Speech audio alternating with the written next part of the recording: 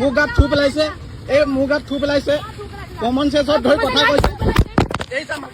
mobile দলিয়াই দিছে দেখিছে থু পেলাইছে চৰ মাৰিছে দেখিছে ইয়াত চৰ মাৰিছে দেখিছে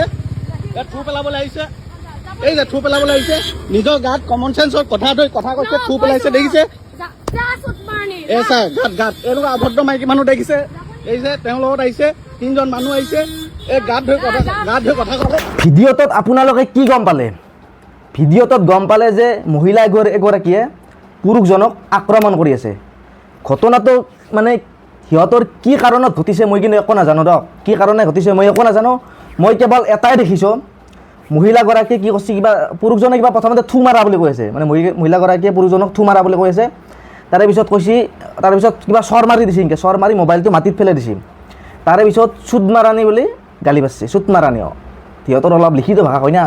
গুৱাহাটীত থাকে গুৱাহাটী মহানগৰীত থাকে চুট মাৰাণী বুলি গালি পাৰছে কিন্তু আমাৰ ভাষাত চুট মাৰাণী হয়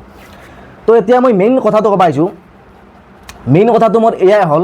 ধৰি লওক এতিয়া পুৰুষজনক যি মহিলাগৰাকীয়ে আক্ৰমণ কৰি আছে তাত মানে ক'ব লগা আমাৰ একো নাই কাৰণ মহিলাই পুৰুষক মাৰিব পাৰে আইনত লেখা আছে আমাৰ মহিলাই মানে পুৰুষক আক্ৰমণ কৰিব পাৰে মাজ ৰাস্তাত হওক বাছৰ ওপৰত হওক য'তেকো নহওক কাণ ফালাচত দিব পাৰে মোবাইল আফলাই দিব পাৰে চুট মাৰাণী বুলি গালি পাৰিব পাৰে আৰু গাত থু মাৰিব পাৰে এতিয়া মই সেই যিকেইটাই সিহঁতৰ দনখান চাই আছিল সিহঁতক মই ক'লোঁ চুট মাৰাণী তুহুন আচলতে কাৰণ কিয় জানানা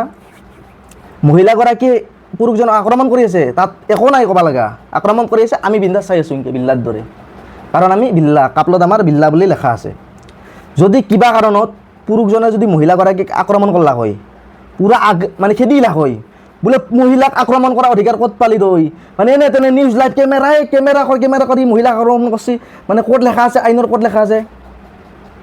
সেইটো ঘটনা হ'লা হয় এতিয়া মহিলা আক্ৰমণ কৰিছে যাতে একো ভাল নাই এয়া হৈছে আমাৰ আইন এয়া হৈছে আমাৰ সংস্কৃতি এয়া হৈছে আমাৰ অসমীয়া জাতিৰ কি নকওঁ আৰু মুখত বহুত বেয়া ভাষা ওলাই মানে যদি মহিলাই আক্ৰমণ কৰে একো নাই যদি পুৰুষে কিবা এটা আক্ৰমণ কৰি দিয়ে যদি মহিলাগৰাকী যদি মাৰি থাকাতে যদি পুৰুষটোৱে যদি আক্ৰমণ কৰি দিলা হয় মুখে চুখে যদি ভুইকে দিলা হয় তেতিয়া কিন্তু দোষটো পুৰুষজনৰ হ'লা হয় পুলিচ মাতলা হয় তাক জেলত পঠাই দিলা হয় এয়াই হৈছে আমাৰ অসমীয়া এয়া হৈছে আমাৰ অসমীয়াৰ সংস্কৃতি কেলা বুলি ক'লোঁ মই কেলা